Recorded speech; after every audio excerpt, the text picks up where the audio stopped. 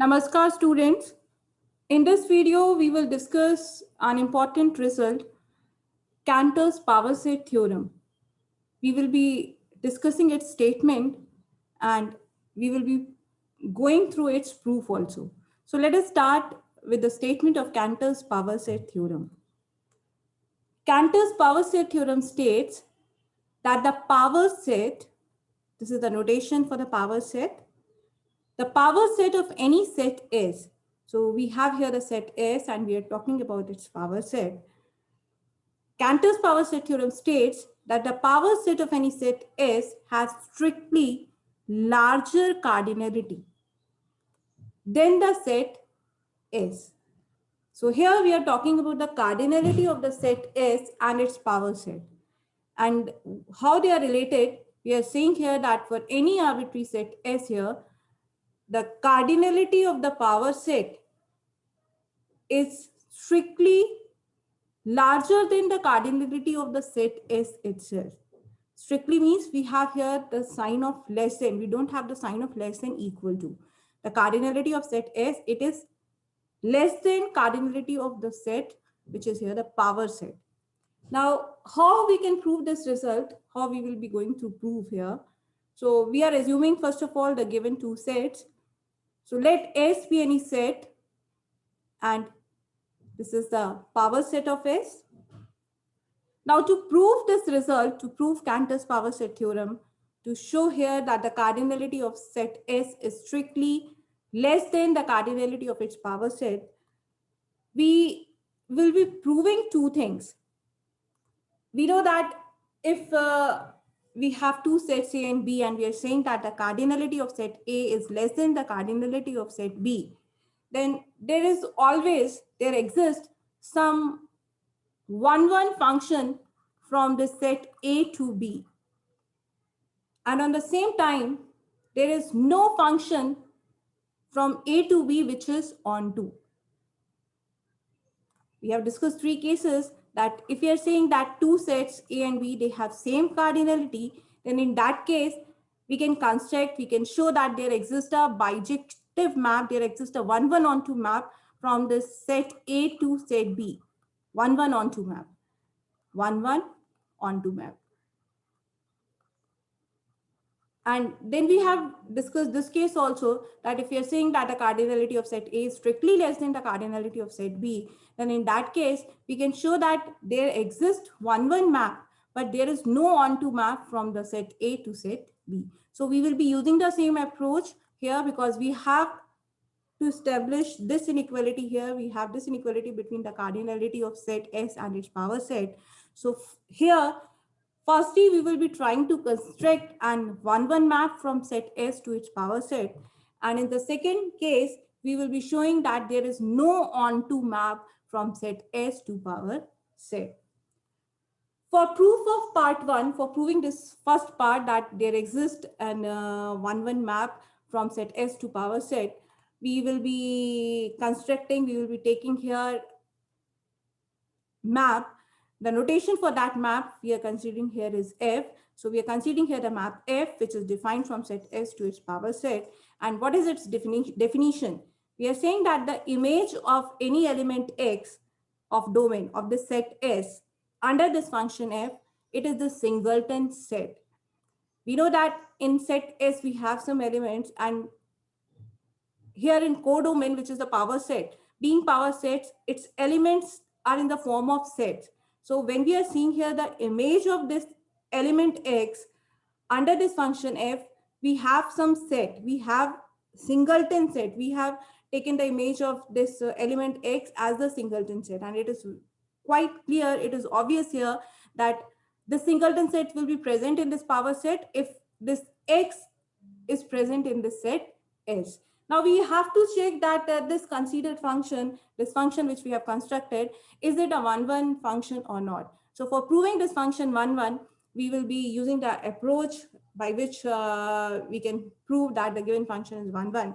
So what is our approach for proving any function as 1-1? We take two elements of domain such that their images are equal. And if somehow we are able to show that the two elements which we have taken from the domain, they are coming as equal. It means that the given function is one in nature. So we are doing the same thing. We are considering two arbitrary elements from the domain set, which is here the set S. So we have taken two elements X and Y from this domain set, which is the set S. And we are saying that their images are equal under this function F. After considering their images as equal, now we are using here the definition of this function F. The image of this X under this function F will be the singleton set having an element X. And similarly, the image of Y under this function F, it will be the singleton set having an element Y. Now what we are getting two sets equal. And these two sets, they are singleton sets. They have only one element. So this is only possible if the elements which are present in these two sets, they are same. So it means that X, this element X, which is the element of set S, this element X and the element Y, they are equal. So what we have here, we have taken two elements X, Y in domain whose images are equal. And we are able to show that these two elements X and Y, they are also equal, they are also same. So it proves that this function which we have taken here, this function which is mapping any arbitrary element X of set S to the singleton set having the same element X is one in nature. And in this way, we are able to prove this first part. We are able to construct a one function from set S to power set. So we are saying here the same thing. This shows that this function which we have considered F, it is an injective map. It is a one map. And this proves first part that there exists an injective mapping from set S to its power set. So we have done with first one. Now let us come to the second one. In second, we have to show that there is no onto map from set S to power set. There is no surjection map, no onto map from set S to power set. So for proving this one, we will be considering any arbitrary map, and that arbitrary map which we have considered here is G. So this is an arbitrary map. We are considering an arbitrary map from set S to its power set, and we will be trying to show that this arbitrary map can never be onto in nature, because we are here to show that from set S to power set, there is no onto map. So that's why now we are considering arbitrary map, and we will be showing that this arbitrary map, it can never be onto in nature. For proving this result, we will be using the approach of contradiction. We will be firstly assuming that this map G, which is the arbitrary map, it is onto in nature. So we are here assuming, suppose if possible, this function G is onto in nature. Now, after assuming this, that this function G is onto, we will be defining some set, and we have named that set as T. And we will be showing that this T, this is some subset of given set S, and being subset of set S, it will be present in our power set. So let us see what is the set T and how this T is a subset of this given set S, and being subset, it is belonging to the power set of set S. So how we are defining this set T? We are saying that T has elements. We are denoting here those elements by X. We are saying here first thing that these elements, they are belonging to the set S. So it is quite certain that the elements which are present in this set T, they are from S. So it is obvious that this T, it will be subset of the set S, given set S. So now what type of elements, what type of X we are taking here? We are considering those X which does not belongs to their image under the function G. See, what is this? This is the image of this element X under the function G. Now, what is the image? Since here G is defined from set S to its power set. So whenever we will be talking about the image of any element of this set S under this function G, then the image will be belonging to the power set, means it will be in the form of some set, it will be some subset. It will be in the form of set. Because what is power set? Power set is a collection of all subsets, and these subsets are actually the set. So what we are saying, T has those X which doesn't belongs to its image. Now we have seen that image is a set.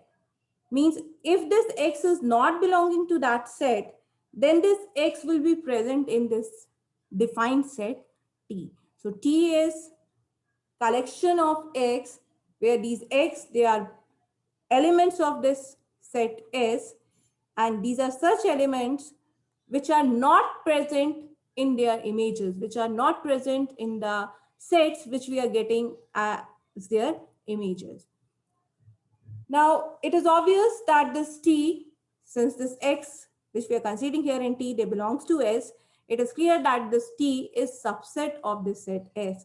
And being subset of the set S, it will be belonging to a power set. So here we are saying that clearly this T belongs to S, and hence it will be, here we are saying that clearly T is subset of S, and being subset of S, it will be belonging to its power set.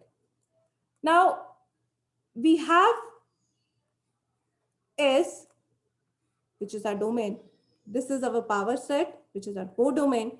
And we have the function G, which we are saying is onto in nature. And now we have some T in power set. This T is belonging to power set. T is belonging to power set and G is onto in nature. It means by the definition of onto function, this element T, this set T, which is the element of power set, it will be having some pre-image in the domain set in S. So we are using here the notation of A for the pre-image. Why we are saying that this T will be having some pre-image in the domain set? Because our assumption is that this function G is onto. Onto means that for each element of codomain, we will be having some pre-image in our domain. So the same thing we have written here, since G is onto map. So for this element which is present in codomain, which is the set T, which we have constructed here.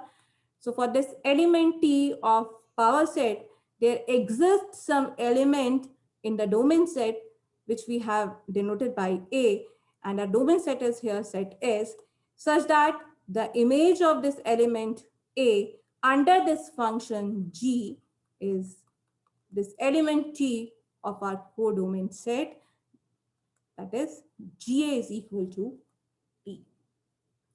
Now,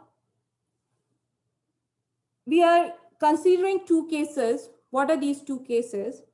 That this A, it may belongs to this set T. And the second case is that this A, it may not belongs to this set T. So firstly, we are considering that this A is belonging to T, because what is T? T is actually the subset of the set S. And this A is the element in the set S. So this A, it may belongs to T or it may not belong to T.